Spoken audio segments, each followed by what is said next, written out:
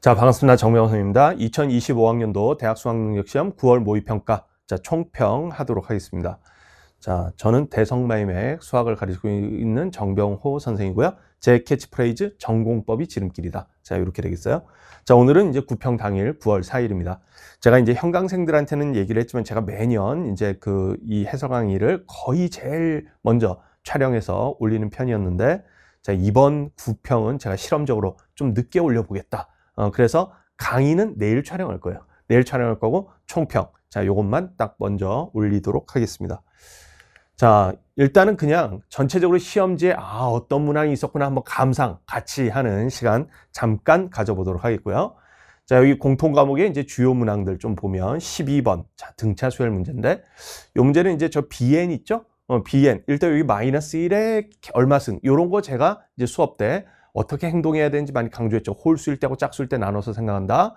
그 다음에 BN, 저거 이제 잘 보시면 결국은 어떤 형태로 되냐면 저거 자체가 홀수 번째하고 짝수 번째를 각각 보면 등차 수열 같은 형태, 이런 게 된다라는 걸 발견하면 요런 데가 약간 등차 중항으로 다 이해할 수 있는 뭐 그런 것이죠. 13번도 제가 좀 강조했던 것 중에 뭐냐면 이게 지금 제가 토탈 리콜 수업하면서 현강에서 수업하면서 딱 강조했던 내용들인데 뭐냐면 이렇게 넓이 사이의 관계, 이건 물론 쉽죠. 쉬운 문제라서 넓이 사이의 관계가 나오면 그냥 생계산 문제가 아닐 가능성이 있다. 뭔가 적분이 합쳐져 가지고 하나의 식만 딱 계산한다든가 이런 게 있을 수 있다. 이런 거에 관한 문제였고, 요거는 이제 제가 저 지수로그 함수에서 자주 얘기하는 기울기하고 선분 길이, 이게 딱 주어졌을 때 x의 증가량, y의 증가량, 이거 가지고 그 좌표 깔아가지고 방정식 딱 세우면 어떤 식이 딱 나오는 뭐 그런 형태죠. 그 다음에 이제 분명히 대칭성, 지수함수하고 로그함수의 대칭성 이용하는 문제였고요. 자, 요거는 이제 뭐 적당히 식을 좀 잘 정적분은 정의된 함수에 대한 미분이나 이런 것을 딱 이용을 해 주시면 여기에 중간에 식을 어떻게 정리하느냐에 따라서 또 뭔가 한꺼번에 부정적분 딱 해가지고 식이 한 방에 딱 나오는 뭐 이런 형태들도 좀 있어요. 어쨌든 식을 좀 잘 다뤄야 되는 문제가 되겠고요. 15번 측은 좀 쉬웠죠. 21번이 조금 그나마 이게 임팩트가 있었다면 있었던 문제였을 수 있는데, 요거는 이제 되게 특수상, 제가 이제 요런 주제들 그 옛날에 2015학년도인가 언제 그 기출 문제도 하나 있는데 요런 문제 나오면 이제 보통 여기하고 여기 사이의 관계, 요것을 잘 봐라. 뭐 요런 거 좀 강조도 했고요. 그렇게 해서 좀 특수한 상황, 그걸로 좀 끌고 가는 그런 게 있고, 그 다음에 또 얘가 이제 약간 뭐 여기식을 그냥 요게 사실 모든 정수 K에 대해서니까 모든 정수 K에 대해서 성립하는 어떤 그 방법, 뭐 이런 것도 생각은 해볼 수 있기 때문에 조금 더 그냥 일반적으로 식을 정리해서 접근하는 그런 것도 있을 수 있겠죠. 뭐 그런 문제가 되겠어요. 그다음에 22번은 이제 요게 요렇게 딱 곱해서 0 되는 게 얘 또는 얘가 0 또는 얘가 0이니까 이렇게 수열의 그 관계식을 선택하는 문제잖아요. 그래서 어떻게 선택해 나가느냐 하다 보면 이제 수형도 요런 형태로 나가는데, 얘 같은 경우는 여기가 마지막 여기 A1이 K라고 주어져 있는데 A5가 0이라고 주어져 있으니까 첫 번째 항에서 다섯 번째 항까지 연결시키면 돼요. 어느 방향으로 연결할 거냐는 사실 선택의 가질 수가 있죠. 뭐냐면 A1에서 A5로 갈 수도 있고요. A5에서 A0으로 이렇게 갈 수도 있어요. 뭐 저는 처음에 그냥 A5에서 A0 쪽으로, A1 쪽으로 그렇게 가긴 했습니다만 어느 쪽으로든 갈 수가 있는 뭐 그런 문제죠. 문제가 그냥 전반적으로 공통과목 문제들을 보면 좀 평이했다. 뭐 이렇게 말할 수 있겠습니다. 뭐 확통 한번 보시면요. 이 확통도 막 그렇게 어렵지 않았는데 이 28번은 조금 그래도 특이한 게 뭐냐면 명제에 대한 이해가 좀 같이 있어줘야 되는 그런 문제고, 가끔가다 집합과 명제가 좀 섞여서 나올 때가 있죠. 29번 같은 경우는 이게 뭐냐면 뭐 저나 많은 문제집에서 그냥 다루는 내용이긴 한데 뭐냐면 이항분포를 정규분포로 근사해가지고 이렇게 가는 뭐 그런 문제죠. 근데 이제 요런 게 또 한동안 출제가 안 됐거든요. 그래가지고 이제 그 모의고사 이렇게 좀 출제진들 사이에서 요런 게 출제 안 된다, 막 이렇게 이해하시는 분들도 있었어요. 몇 년 전에 제가 이제 대화를 나눠보신 분들 보니까. 그래서 이런 건 출제가 될 수가 없다, 뭐 이런 얘기들도 있었는데 지금 출제가 또 됐습니다. 뭐 하여튼 오랜만에 출제되긴 했어요. 어쨌든 요런 주제가 지금 나왔다. 요런 게 조금 특이한 것이고 어려운 주제는 아니죠. 사실 공부를 했다면. 그다음에 요거는 이제 아주 뭐 전형적으로 잘 나오는 뭐 약간 케이스 분류 해가지고 몇 개 케이스로 나누면서 중복조합이나 뭐 이런 거 쓰는 거 있죠. 그런 스타일의 문제입니다. 그 다음에 요거 미적분은요, 요거 그 작년 수능 28번에 이어서 역함수 적분. 역함수 적분이 이게 보통 이제 치환 적분, 그 다음에 부분적분으로 연결되는 유형들이 많죠. 얘가 지금 딱 디자인이 그렇게 생겼잖아요. 역함수적분이 있는데 또 여기 디자인이 부분적분스러운 디자인으로 생긴 자 그런 측면이 있습니다. 왜냐면 요거 적분하고 요거 미분하고 약간 그런 느낌의 디자인으로 생긴 아주 전형적인 스타일의 문제가 되겠죠. 그다음에 요거는 이제 뭐 분수식꼴로 나와 있는 급수 문제죠. 그럼 뭐 부분분수 분해라든가 이런 것을 잘 활용해서 풀면 되는 뭐 어렵지 않은 주제가 되겠고요. 요거는 이제 뭐 도함수의 활용, 물론 이제 라지 F의 형태로 지금 돼 있긴 하지만 라지 F 그래프에 대해서 결국 라지 F하고 요거를 뺀 그래프 있죠. 뭐 요런 것들에 대해서 좀 생각해 줘야 되는 그런 문제가 되겠습니다. 그다음 뭐 기하는 요거는 딱 문제를 보면서 이거 뭐야 이거 근래에 저희가 좀 냈던 어떤 모의고사 뭐 약간 이런 거에 조금 비슷한 느낌을 주는 문제가 있었던 것 같다라는 느낌을 받았던 문제인데 어쨌든 그냥 공간 좌표 문제고 이렇게 그 축이나 좌표 평면에 평행한 그런 그 평면들 요런 게 좀 자주 나오는 그런 스타일이죠. 요즘 이제 공통선택제제에서 잘 나오는 스타일의 문제예요. 일단 뭐 요거는 그냥 뭐 전형적인 2차 곡선 문제고요. 평면 벡터의 최대 최소 뭐 이런 문제죠. 동점, 움직이는 점이 2개 있을 때 어떻게 최대 최소 구해 나가는가. 자, 그런 거에 관한 뭔가 거리의 최대 최소 약간 이런 느낌의 문제죠. 자, 뭐 문제들은 그냥 한번 이렇게 감상을 그냥 한번 해봤고요. 전체적으로 이제 한번 살펴보면 총평 난이도는 작년에 이어서 작년에 9평 되게 쉽게 출제됐잖아요. 이 올해도 9평이 좀 쉽게 출제됐다라고 말할 수가 있습니다. 6평에 비해서는 지금 많이 쉽게 출제가 된 것이에요. 심지어 작년 9평에 비해서 계산량조차도 작년 9평에 비해서도 많지 않은 시험 같은 느낌이 있습니다. 그래서 매우 쉬운, 어찌 보면 작년 9평보다도 더 쉬운 그런 난이도의 문제라고 볼 수 있어요. 이게 그 계승과 변칙이 있는데 뭐 자주 출제되던 유형 비슷하게 출제된 게 좀 있고요. 근데 약간 그 디자인을 조금 다르게 해서 출제했다던가 아니면 일부 문항들은 낯선 형태, 뭐 21번 같은 거 조금 낯설긴 하죠. 뭐 그런 형태로 출제가 된 거. 뭔가 이렇게 그림을 막 그려서 하려고 하면 조금 오히려 어려움을 겪었을 수 있는 뭐 그런 문제 조금 일부 있었다. 뭐 이렇게 볼 수 있겠고요. 너무 특징이 없는 시험이었다라고도 말할 수가 있죠. 그래서 도대체 이게 모의평가인데 이거 가지고 수능에 대해서 우리가 어떻게 알라는 얘기냐? 예전에 2019학년도 같은 경우 보면 9평 시험지랑 수능 시험지가 너무 똑같았거든요. 뭐냐면 9평 시험지에 심지어 문항 번호 20번에 있는 기억, 니은, 디귿 그 주제가 똑같이 수능 20번에 나오고 이렇게 문항 번호까지도 거의 막 일치해서 나온 물론 그건 되게 특이한 해이긴 했습니다. 2019학년도. 제 느낌에는 2017, 2018학년도가 너무 빡세서 2019학년도도 난이도를 약간 떨어뜨리긴 하는데 근데 문제 개별 난이도들은 또 어느 정도 난이도가 있는 시험이었거든요. 그러다 보니까 이제 좀 9평에서 연계해서 많이 낸 것 같아요. 근데 그 이후에 또 이제 많은 변화를 겪어서 지금은 또 이제 뭐 연계가 그렇게 되냐? 뭐 이렇게 또 싶기도 하죠. 또 예전에 2019학년도 이전에는 또 보면 6, 9평 때 막 킬러로 나왔던 주제 있잖아요. 수능 때는 안 나오고 막 그랬었습니다. 그러기도 했고. 여러 해마다 좀 다르긴 했어요. 근데 이번 9평을 보면 진짜 이걸 통해서 수능을 어떻게 우리가 전망할 수 있지? 되게 전망하기 어렵게 아무런 뭐라 그래야지 특색이 없는 시험지 같은 느낌이 좀 있죠. 제 생각에는 이게 특색이라고 말할 수 있습니다. 뭐냐면 전망하기 어렵게 하기. 이게 특색이에요. 자, 보시면 그래서 수능 전망이 어떠냐. 난이도는 두 가지 가능성 모두 있습니다. 뭐냐면 지금 이번 9평처럼 매우 쉽게 막 출제될 가능성 뭐 있겠죠. 근데 또 다시 작년 뭐예요? 9평 끝나고 야 정부가 킬러 배제 뭐 한다고 발표했고 9평 되게 쉽게 나오니까 막 다 쉬울 것이다. 막 이렇게 전망하지 않았어요? 그래가지고 제가 냈던 막 스피드러너 모의고사 가지고 뭐 학생들끼리 수강후기에서 막 논쟁하고 이게 지금 수능에서 이런 난이도 절대로 안 나온다. 그럼 또 어떤 친구가 또 이제 그래도 이런 거 연습해야 된다.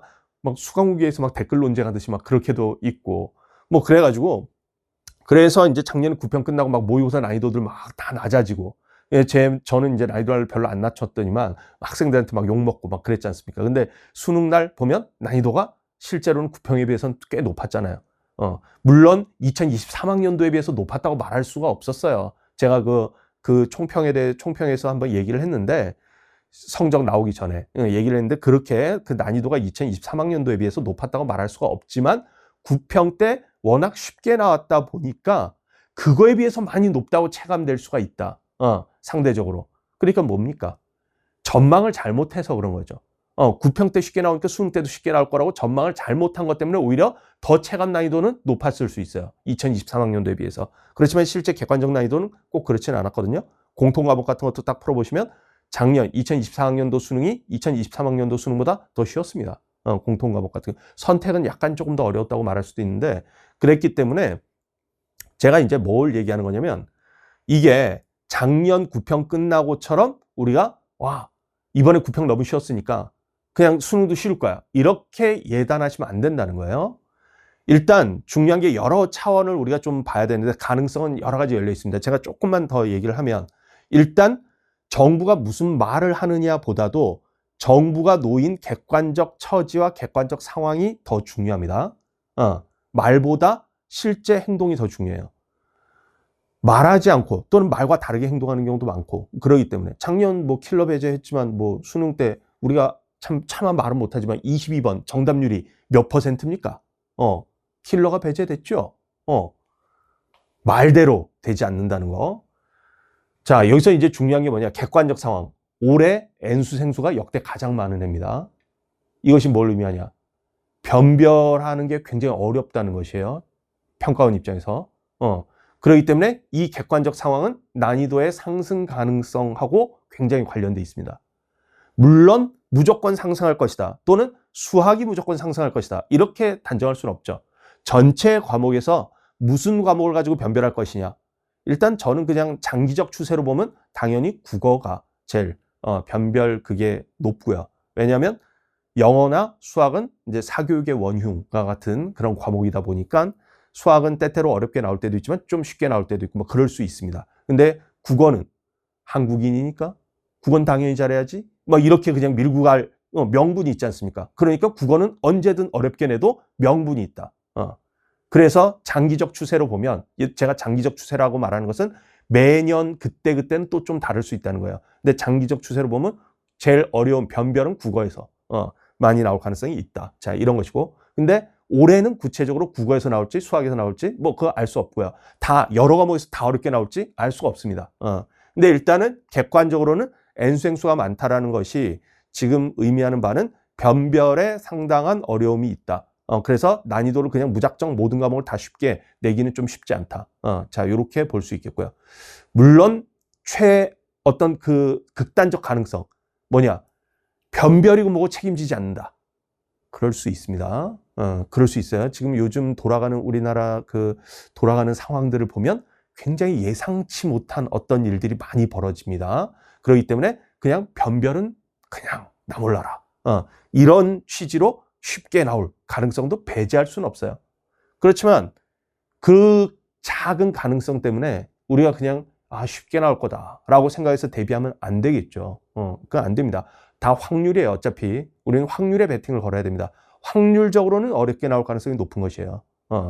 자, 그래서 거기에 베팅을 걸고 준비를 하셔야죠. 그 다음에 이제 여기 제가 적어놓은 게 사교육을 견제하는 방법은 두 가지다. 이렇게 적어놨는데 이게 이제 왜 적어놨냐? 이게 다 이제 출제 전망하고 관련돼 있기 때문에 하는 얘기예요. 정부가 분명히 지금 뭔가 사교육에 도움을 받는 도움 받아서 유리한 이런 것을 지금 극복하겠다. 뭐 이렇게 지금 작년부터 또 표방을 했기 때문에 분명히 그 표방한 것을 뭔가 그래도 반영을 하려고 할 거예요. 그리고 그 반영하려고 지금 뭔가 계속 하고 있어요. 시험지 같은 거를 보면 하고 있는데 그게 뭐 잘 통하냐 안 통하냐는 별개의 문제고 일단은 그렇게 하고 있는데 그게 이제 두 가지예요. 뭐냐면 특수 스킬 위주의 문항을 줄이고 그래서 뭐 사교육에서 배우는 특수 스킬들, 암기 사항들 뭐 이런 것들로 딱 그냥 바로 한 큐에 그냥 풀림 뭐 이런 거 좀 줄인다라고 했지 안 나온다는 뜻이 아닙니다. 예전보다 비중이 줄었다는 것이에요. 일단 다 확률적으로 우리는 접근해야 됩니다. 그리고 기본 개념과 적당한 계산력 뭔가 계산을 하지 않으면 이번에 그 21번 같은 거 있잖아요. 물론 그것도 좀 일반화된 어떤 성질이 있느냐라고 물어본다면 있다고 말할 수도 있는데 그렇지만 뭐 그걸 평상시에 우리가 다 외우고 다니는 게 아니니까 그러면 그냥 계산 같은 게 좀 필요한 문제일 수 있어요. 그런 그 필요한 계산력을 그 계산을 안 하고 뭔가 좀 날로 먹을 수 없을까? 특수 스킬로 이렇게 자꾸 접근하고 싶은 학생들 좀 저격하는 그런 스타일의 문제, 적당한 계산력이 약간 필요한 그런 문제들의 문항을 늘리는 거. 이게 지금 좀 주요 방안이라고 말할 수 있고요. 요게 바로 작년부터 지금 조금 나오고 있는 그런 스타일이죠.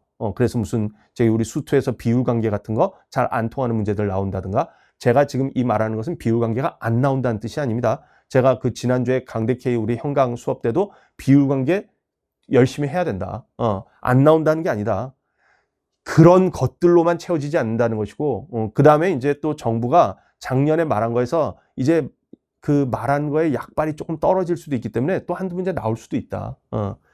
그런데 그런 문제가 아닌 문제도 나올 수 있다. 특수한 지점에서의 뭔가가 아니라 좀 계산을 통해서 그냥 바로 검출을 해내야 되는 그런 문제들도 나올 수 있기 때문에 대비를 해야 한다라는 강조죠.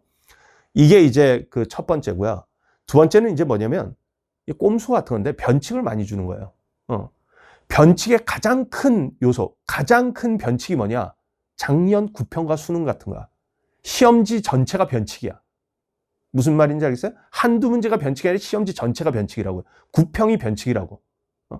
완전히 그 뭐라 그래야 되냐면 성동격사 같은 거죠. 수능에서 이렇게 나오지 않을 것처럼 위장을 하고, 그래서 이게 모의평가가 지금 무슨 구실을 하는 거예요? 모의평가가 원래는 학생들로 하여금 수능 출제 경향을 알 수 있게 해준다라는 건데, 완전히 작년에 보면 그게 아니지 않습니까? 수능 출제 경향을 모르게 하는 거, 위장하는, 변칙 주는, 바로 이게 모의평가의 구실이 되고 있지 않습니까, 지금? 이게 지금 가장 중요한 변별 방법이라고 저는 봅니다. 왜? 정부에서 이제 킬러 배제 한다고 했잖아요. 물론 실제 배제가 된지는 의문이지만 어쨌든 표방을 그렇게 했기 때문에 뭔가 그래도 그 방향으로 노력하는 게 있는데, 그러다 보면 난이도를 많이 못 올린다. 막 그러다 보니까, 그런데 변별은 해야 돼. 그럼 방법은 뭐냐? 낯설게 하기, 무조건. 그거거든요. 낯설게 하기. 시험지 전체를 낯설게 하기. 이렇게 하던가, 난이도의 측면에서. 아니면 특정 유형들을 낯설게 하기. 문항별로. 요렇게 하는 게 바로 변칙 주는 거. 자, 요거라고 볼 수 있어요. 그래서 전망은 이렇다. 왜냐면 일단은 좀 어려울 가능성이 꽤 있다. 쉬울 가능성 배제할 수는 없지만. 그 다음에 지금 요렇게 그냥 특수 스킬 몇 개 단편적인 지식 가지고 그냥 해결하는 상황이 안 될 수가 있다. 그 다음에 변칙을 많이 줄 수 있다. 예상치 못한 상황들, 이런 게 있을 수 있다. 그럼 뭐가 중요하냐? 중심이 중요한 거예요. 변칙이 많이 있어도 흔들리지 않는 실력이 중요한 거야. 실력과 문제를 딱 파악할 수 있는 능력 있죠. 독해력, 개념에 기반한 독해력, 논리적 훈련, 이런 게 중요한 것입니다. 자, 그래서 이제 학습 태도 볼게요. 학습 태도, 일단 첫 번째, 난이도를 예단하지 않는다. 작년에 사실 난이도 예단해서 굉장히 실패한 사람들이 많지 않습니까? 구평 딱 보고 나서 난이도 예단 해가지고, 그리고 뭐 모의고사 같은 경우도 이제 시중에서 막 난이도 엄청 떨어뜨리고 구평 경향 반영. 왜냐하면 이제 그래야 많이 팔리고 뭐 그러니까, 물론 이해는 됩니다. 이해는 됩니다만 어쨌든 뭐 그래서 난이도를 막 이제 구평 끝나고 조정하고 쉽게 이렇게 하다 보니까 결국 수능 때 난이도가 안 맞는 그런 경우들이 좀 있잖아요. 게다가 이제 수능 현장감이라는 걸 우리가 또 무시할 수는 없어요. 수능 현장감이라는 게 이게 결국은 뭡니까? 뭐 이제 모의고사는 모의고사일 뿐이다. 수능이 아니기 때문에 그 수능 현장감을 그대로 재현할 수 없다라는 주장이 있는데 맞죠. 맞고, 그렇지만 그래서 모의고사를 연습할 필요가 없다라는 건 아니죠. 그러면 수능 현장에서의 그 압박감, 이걸 이겨내려면 평소에 모의고사든 엔제든 이런 거 공부할 때는 그거보다 그 수능날 좀 몸이 가벼워지기 위해서는 그전에는 조금 더 모래주머니 같은 느낌의 훈련을 계속 해야 된다는 거야. 난이도를 예단하지 말아야 돼요. 난이도 예단해서 실패하는 일은 없어야 된다. 올해는. 많은 학생들이 이제 좀 교훈을 얻었겠죠. 작년에서. 자, 그 다음에 두 번째, 유형 편식을 하지 않는다. 다양한 유형의 문제들을 좀 많이 풀어봐야 됩니다. 특히 낯선 것들 있잖아요. 딱 이렇게 문제를 딱 봤는데, 기분이 안 좋아. 문제 왜 이러지? 생김새가? 이런 문항이 있잖아. 그런 거를 적극적으로 달려들어서 해야 돼. 오히려. 그냥 뭐 뻔한 문제들이 아니라 딱 보니까, 뭐야, 내가 못 보던 스타일인데? 이런 거 있잖아요. 그런 거를 오히려 역으로, 이런 거에 더 적극적으로 자꾸 그렇게 하는 습관이 들어야 이건 심리하고 관련이 또 커요. 왜냐면 수능날 자꾸 이 유형 편식을 하는 게 습관이 되잖아요. 그럼 수능날 분명히 낯설게 보이는 문제가 몇 개 보일 거거든. 그걸 딱 봤을 때 마음이 무너진다고. 풀기가 싫다. 올해는 망했구나. 뭐 엄마 얼굴이 주마등처럼 스쳐 지나가면서 막 그런다고. 그러면 안 되지. 그러니까 낯선 문항들을 그냥 딱 적극적으로 마주하는 거, 그런 심리적 훈련을 하셔야 됩니다. 물론 심리적 훈련만 하고 문제는 풀지 않아. 그러면 안 되겠죠. 심리적 훈련을 하면서 문제를 풀어야죠. 풀고 배우고 거기서.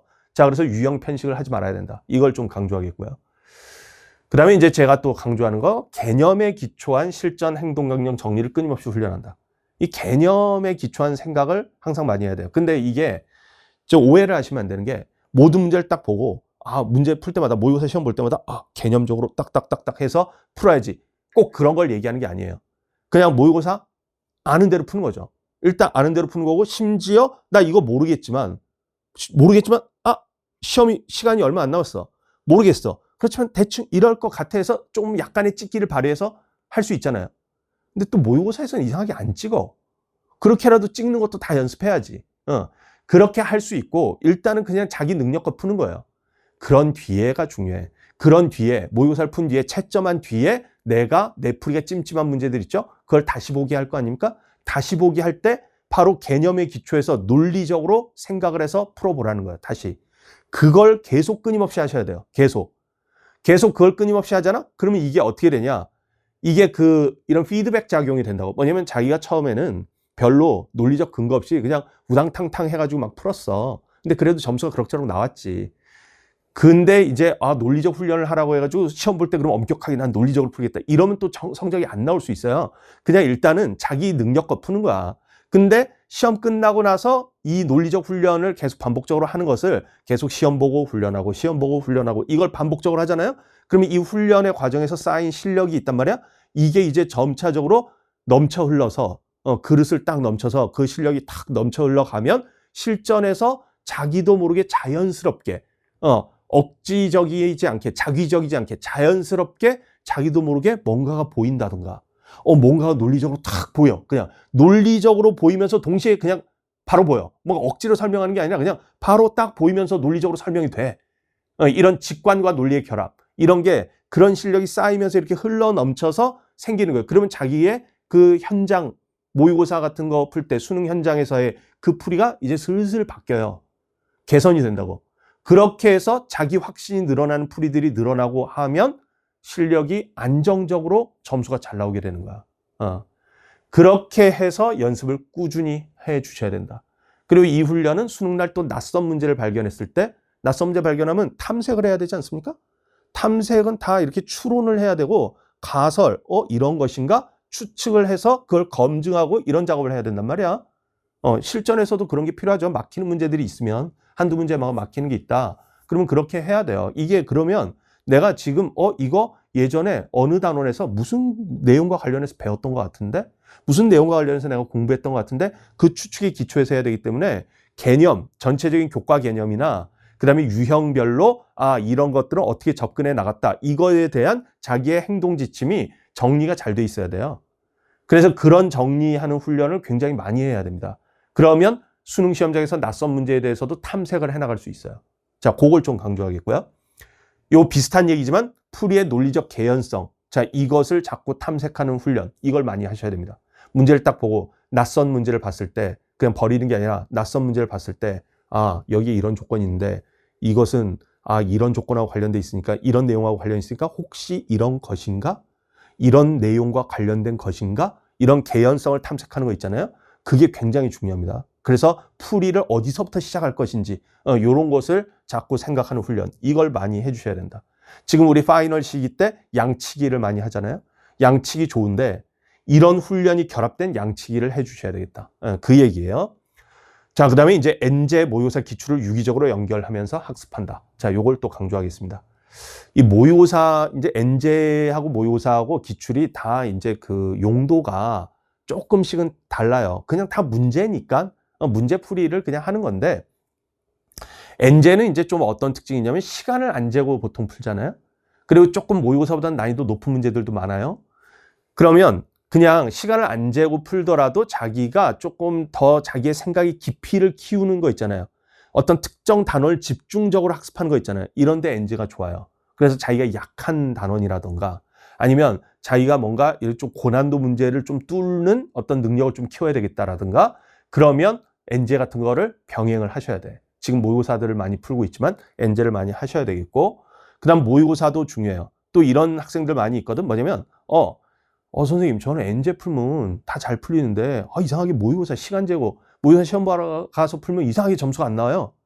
제가 맨날 저 인스타 DM으로 상담 같은 거 막 오면 제가 그럽니다. 그건 당연한 것입니다.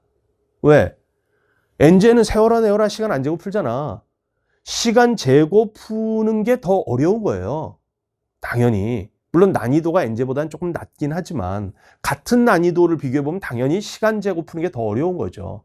그러니까 우리는 N제를 하는 것뿐만이 아니라 시간 제고, 제한 시간 내에 문제를 해결해 나가는 훈련도 굉장히 많이 하셔야 돼요. 그런 실력을 키워야 돼. 그런 정도로까지 실력이 키워져야 돼요. 그래서 N제와 모의고사는 그냥 같이 가야 되는 것이다. 그렇게 보시면 되겠고, 기출을 이제 파이널 때 또 조금 제 강좌도 있고, 파이널 원 솔루션 멀티 테크닉 파이널 뭐 이런 것도 있고 한데, 기출 같은 것 중에 중요한 것들은 마지막에 수능 보기 전에 한 번쯤 리마인드 하는 게 좋다고 봅니다. 왜 그러냐면 이게 N제나 모의고사 같은 걸 많이 풀다 보면 양측을 많이 하는데 두서가 없어. 뭐냐면 머릿속에서 이 유형 저 유형이 이게 꿰지지가 않고 그냥 파편화된 문제들로만 존재해, 머릿속에서. 이러면 결국 남는 게 적어요. 실제로 내가 들인 노동량에 비해서, 내가 학습한 양에 비해서 실제 성적 상승이나 실력 향상이 적을 수 있어요. 이걸 유기적으로 꿰는 게 되게 중요하거든. 여기 뭐 실전 행동 강령, 유형별로 실전 행동 강령이나 뭐 이런 것들로 꿰는 게 되게 중요한데, 그 꿰는 거에 하는 고리 역할을 할 수 있는 게 기출이야, 보통. 왜냐면 평가원에서 많이 냈던 주제들 있잖아요. 뭐 그런 것들을 중심으로 해서 이거와 유사 주제의 N제 문항들, 모의고사 문항들, 이런 것들을 딱 그 생각의 어떤 틀이 나무처럼 이렇게 해서 딱 가지치기로 연결을 머릿속에서 딱 해놓으면 이 유형 딱 봤을 때 이거 내가 전에 봤던 어떤 유형과 비슷하네. 그럼 반응을 비슷하게 한다든가 근데 조금 차이가 있으니까 여기서 약간 어떤 변칙을 줘서 반응을 한다든가, 이런 어떤 행동 지침이 잘 설 수가 있어요. 그래서 그런 것에 어떤 그 허브 역할을 할 수 있는, 연결시킬 수 있는 게 기출이 있기 때문에 중요 기출들, 자, 이런 것들은 좀 마지막에 같이 얘네들을 유기적으로 학습하는데 좀 연결 고리로서 활용하면 좋다. 자, 이렇게 좀 말씀드릴 수 있을 것 같아요. 그래서 학습 태도에서 이런 거 사실 어찌 보면 뭐 당연한 얘기들이죠. 당연한 얘기들이지만 여러분들이 잘 안 지키는 경우가 많고, 파이널 기간 때는 일단 마음이 불편하고 짜증도 많고, 왜? 스트레스가 많으니까. 그러다 보니까 자기가 이성적으로 아는데도 불구하고 행동하지 못하거나 감정에 휩쓸려 가지고 그릇된 행동을 하거나 그런 경우가 많습니다. 그래서 다시 한번 상기시켜 드리는 것이에요. 자, 그렇게 생각하시면 되겠습니다.